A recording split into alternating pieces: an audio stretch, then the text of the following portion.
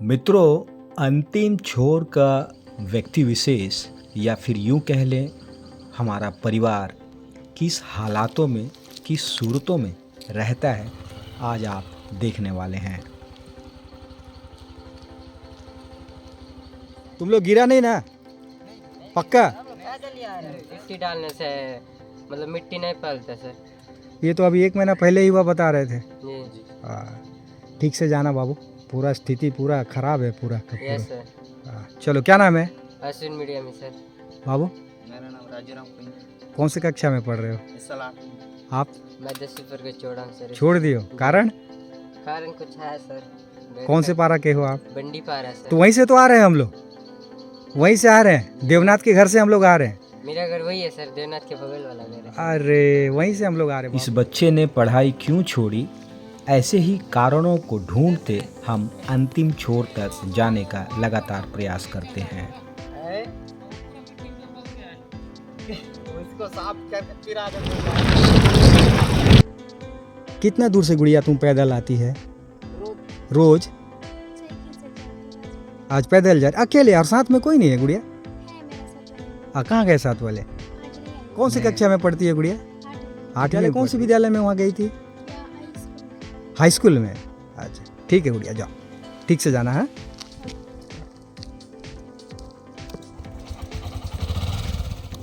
मिट्टी नुमा जो सड़क आप देख रहे हैं, सुबह में बारिश होने के वजह से हमारी गाड़ी की क्या अवस्था हुई थी आपको हमने दिखाया। अभी जो बच्ची से अभी हम लोग बात कर रहे थे, देखिए वो जा रही है। घना जंगल है और ये बिल्कुल सेंसिटिव जोन ऐसा कहा जाता है ना। ये हमारे दादाओं का गढ़ है, ऐसा दुनिया को पता है। लेकिन देखिए ये बच्ची पैदल कई किलोमीटर इसी तरीके से, ऐसी बच्ची कई हमारे गांव के बच्चे लोग ये सुनसान जंगल में, क्योंकि जंगल उनका अपना घर होता है, अपना बसेरा होता है, वहीं से ये पलते हैं, बढ़ते हैं, आगे निकलते हैं, तो वो निकल रहे हैं। लेकिन यही अगर कोई शहर के बच्चों की बात करें तो उनकी हालत सिट्टी पिट्टी गुम हो जाएगी। विपरीत परिस्थितियों में हमारा बस्तर परिवार कैसे रहता है, कैसे अपने जीवन को जीता है, हमारा एक ही लक्ष्य है, आप तक जागरूकता के माध्यम से इस चीज़ को प्रचार प्रसार करना। और इन जैसे क्षेत्रों में जो लोग अपनी सेवाएं दे रहे हैं, जैसा कि मैंने एक बनफूल परिवार की संस्था का जो मैंने नाम बताया, इसी तरीके से दिन भर हमारे उनके जो अपने कार्यकर्ता, समर्पित कार्यकर्ता हैं, जिसमें चितू वेग भी हैं, आपको पता होगा, वो इसी तरीके से अंदरूनी इलाके में जाते हैं, अपने जीवन को हथेली में डाल के अपने समाज के लिए, अपने परिवार के लिए, उन्हें जागरूक करने के लिए, उन्हें शिक्षित करने के लिए, उन्हें स्वास्थ्यवर्धक बनाने के लिए। जब आप ऐसे ग्राउंड जीरो पर पहुंचते हैं तब आपको पता चलता है कि वास्तविकता क्या है। और हम जब शहर में रह के किसी एक ऐसी कमरे में बैठ के वीडियो देखकर, न्यूज़पेपर में पढ़कर उस चीज़ को हम भांप नहीं सकते हैं, उसकी आकलन नहीं कर सकते हैं। अगर सच में आपको इस चीज़ के बारे में जानना है, समझना है, उसे फील करना है, तो आपको ऐसे जगहों पे आना पड़ेगा। मित्रों, कई किलोमीटर की दूरी करना आसान तब हो जाता है जब आपके पास आने जाने हेतु एक सुगम सड़क की व्यवस्था हो। स्थान कोई सा भी हो, जब तक मुख्य सड़क से अंतिम छोर का व्यक्ति विशेष सड़क के माध्यम से कनेक्ट नहीं होगा, तब तक जो सरकारी योजनाएं हैं, जो खास करके जनहित में बनाई जाती है, उसका लाभ अंतिम छोर के व्यक्ति विशेष को किसी भी प्रकार से नहीं मिल सकता। चाहे मैं शैक्षणिक बात करूं या सामाजिक, या फिर मैं बात करूं उनके जीवन में आर्थिक सुधार लाने हेतु या उनके सर्वांगीण विकास हेतु। आप देख रहे हैं कई किलोमीटर की दूरी, कच्ची सड़क, मुरूम वाली सड़क, मिट्टी वाली सड़क तय करके एक खास विषय वस्तु को आप तक रखने हेतु हम लगातार आगे बढ़ रहे हैं। आप बिना स्किप किए इसे देखें, समझें कि आखिर जहाँ तक सिस्टम नहीं पहुँची है, हम जैसे छोटे सोशल वॉलंटियर वहाँ आखिर क्यों पहुँच रहे हैं, अब पहुँचने के पीछे का कारण क्या है, और उस कारण के साथ साथ निवारण के लिए हम क्या कर रहे हैं, उसे आपको अवश्य देखनी चाहिए। और समझते हुए इन परिवारों के सहयोग के लिए अगर कुछ कर पाएँ तो आगे आना चाहिए।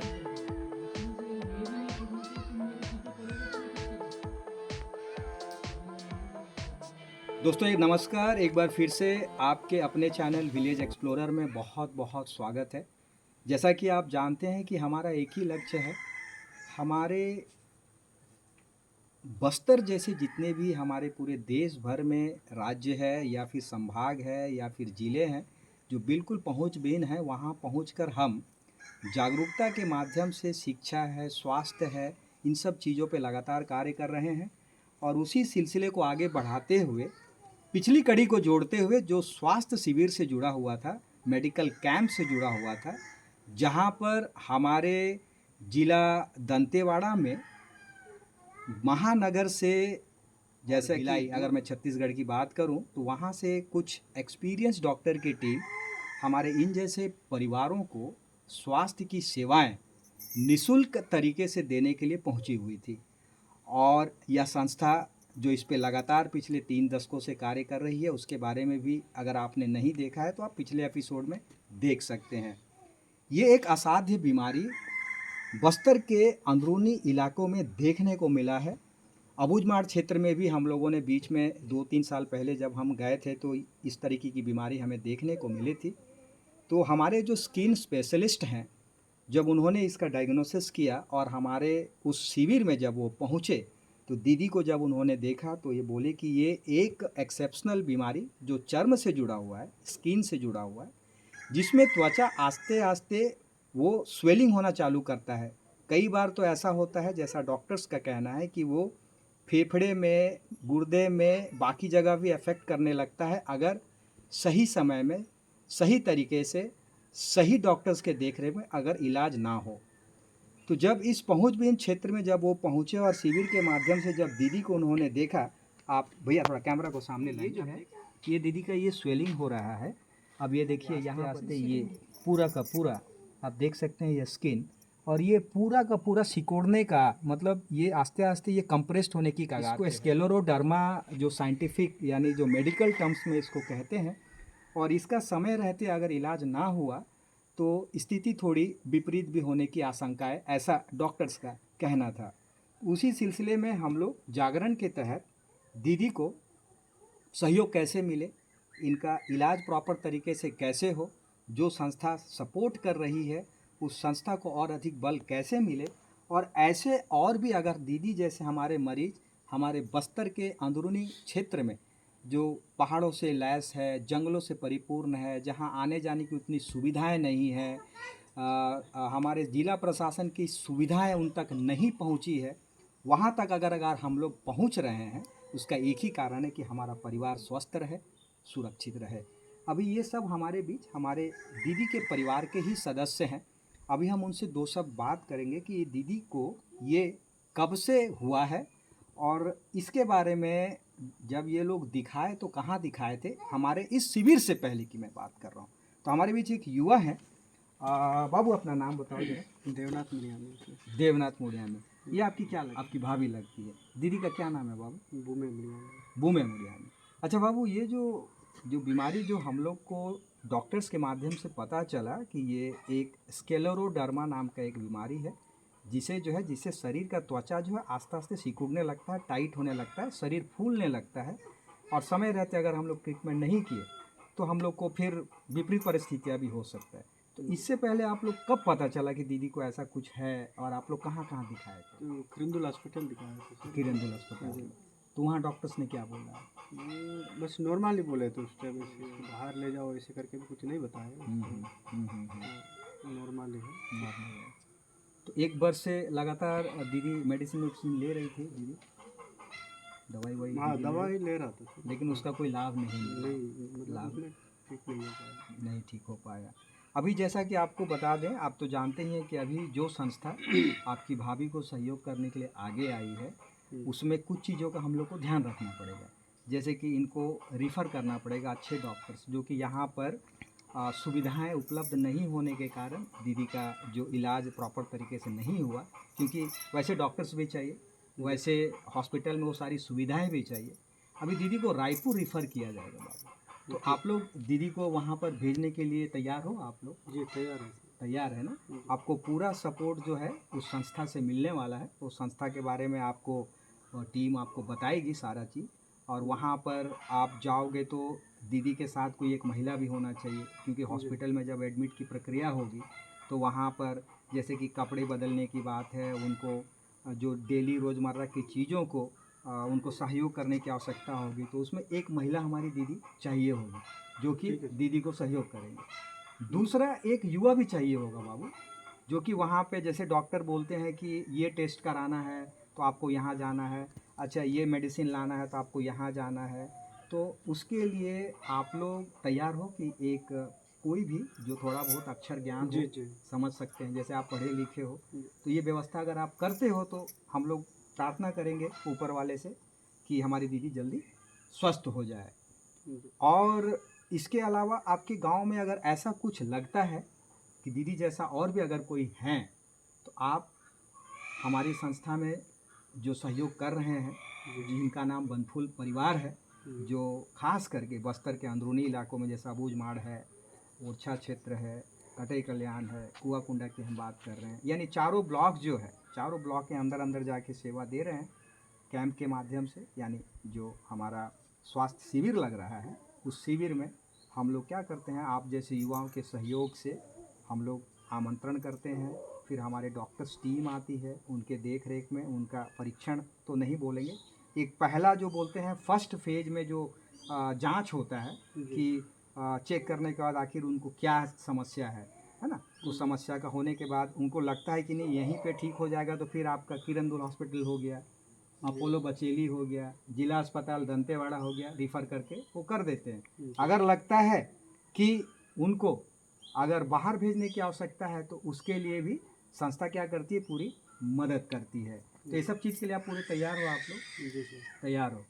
दीदी आप लोग के यहाँ मितानिन दीदी लोग और जिला जो स्वास्थ्य केंद्र में जो दीदी लोग बैठते हैं, वो लोग कभी गांव में आके ये सब चीज़ का जानकारी लेते हैं? दीदी वो लोग नहीं पूछते हैं। नहीं पूछते हैं, कभी भी नहीं पूछते हैं वो लोग, जबकि उनका ड्यूटी है कि वो लोग कम से कम आके हमारे घर में जैसे कभी कोई समस्या होता है, नहीं घूमते हैं। नहीं घूमते हैं।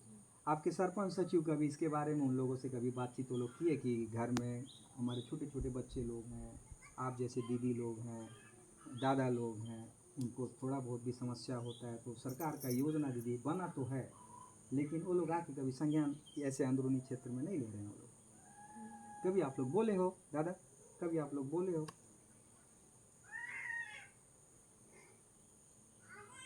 कभी नहीं, कभी नहीं। मित्रों ये बहुत बड़ा एक समस्या आप कह लीजिए। मैं तो प्रशासन से विनम्र आग्रह करूंगा कि आपके जो टीम है, जिनके लिए उनको पदस्थ किया गया है, चाहे महिला बाल विकास की हम बात करें, आंगनबाड़ी कार्यकर्ता हमारी दीदी लोग हैं, या उप स्वास्थ्य केंद्र में पदस्थ हमारी जो नर्स दीदियां हैं, या फिर हमारे शासन प्रशासन से सरपंच है, मुझे लगता है उनको अपनी जिम्मेदारियां बखूबी निभानी चाहिए, क्योंकि ये सब हमारे अपने परिवार हैं। समय रहते अगर चीज़ों का जब हमें पता चलता है तो हम सही तरीके से उनका इलाज कर सकते हैं। अंत में एकदम जब पता चले तो जो संस्था ये सारी चीज़ें करने में पिछले अपना कई वर्षों से योगदान दे रही है वो भी हो जाती है। तो मैं आप सभी से यही आग्रह करूँगा कि अगर आप इस वीडियो को देख रहे हैं तो सिर्फ दीदी ही नहीं, ऐसे और भी कोई मरीज़ हैं तो कृपया आप संपर्क अवश्य करिए, बताइए, खुलकर बताइए, क्योंकि हम लोग एक जन जागरण कर रहे हैं।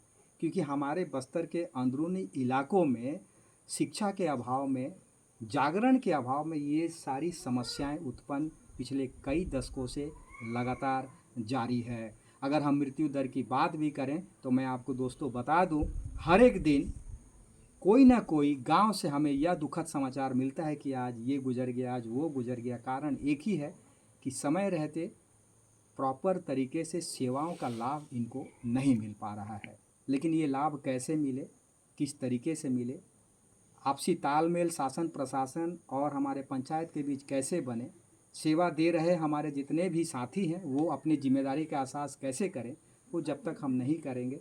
जो एक सपना हमारे यहाँ के कलेक्टर साहब, जैसे कि हम लोग देख रहे हैं कि वो अंदर अंदर जाके अपने पूरे टीम को इंस्ट्रक्ट कर रहे हैं कि आप लोग सारी चीज़ों को करें, जिम्मेदारी से करें, उनका सपना कैसे पूरा हो सकता है। हम स्वस्थ भारत की कल्पना कर रहे हैं तो एक समृद्ध भारत, स्वस्थ भारत की कल्पना कब हो सकती है। जैसा कि मैंने पिछले एपिसोड में भी कहा कि हमारा गांव जब तक स्वस्थ नहीं रहेगा, शिक्षित नहीं रहेगा, तो समृद्ध नहीं हो सकता।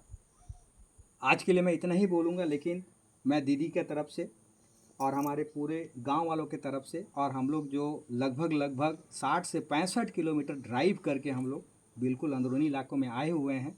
हमारा आने का सिर्फ एक ही लगता कि आपको अवगत कराना कि बस्तर के हमारे अंदर के भाई बहनों का जीवन आखिर कैसे कटता है, वो दिन रात कैसे जीते हैं, उनका सूद लेने वाला कोई नहीं है, उनका परवाह करने वाला कोई नहीं है, जो कुछ करते हैं स्वयं से करते हैं। तो मित्रों, अगर आपको अच्छा लगता है, अगर आप सेवा भाव से ऐसे परिवार को सहयोग करना चाहते हैं, तो कृपया आगे आइए और कमेंट पर जाकर अपने कमेंट अवश्य दीजिए। बहुत बहुत धन्यवाद। जय हिंद, जय भारत, जय छत्तीसगढ़। जैसा कि अभी हम लोग जिस श्रृंखला को आगे बढ़ा रहे थे, मैंने आपको बताया था कि जिस गांव तक हमें पहुंचना था, जिस दीदी को हमें देखना था, उस दीदी का घर कैसे जगह पे स्थित है, किन किन परेशानियों को सामना करते हुए हम जैसे लोगों को जाना पड़ता है।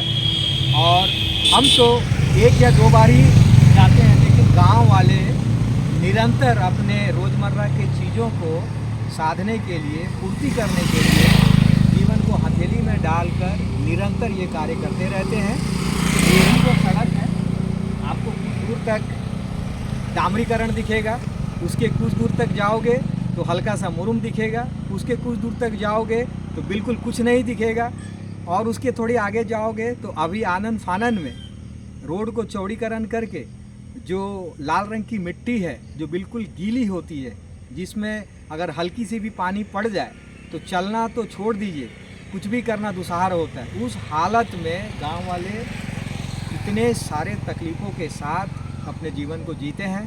कहने का अर्थ यही है, बस्तर खूबसूरत तो ज़रूर है, लेकिन खूबसूरती के पीछे का दर्द क्या है वो आप देख रहे हैं। बहुत बहुत धन्यवाद। इसके लिए इतना ही।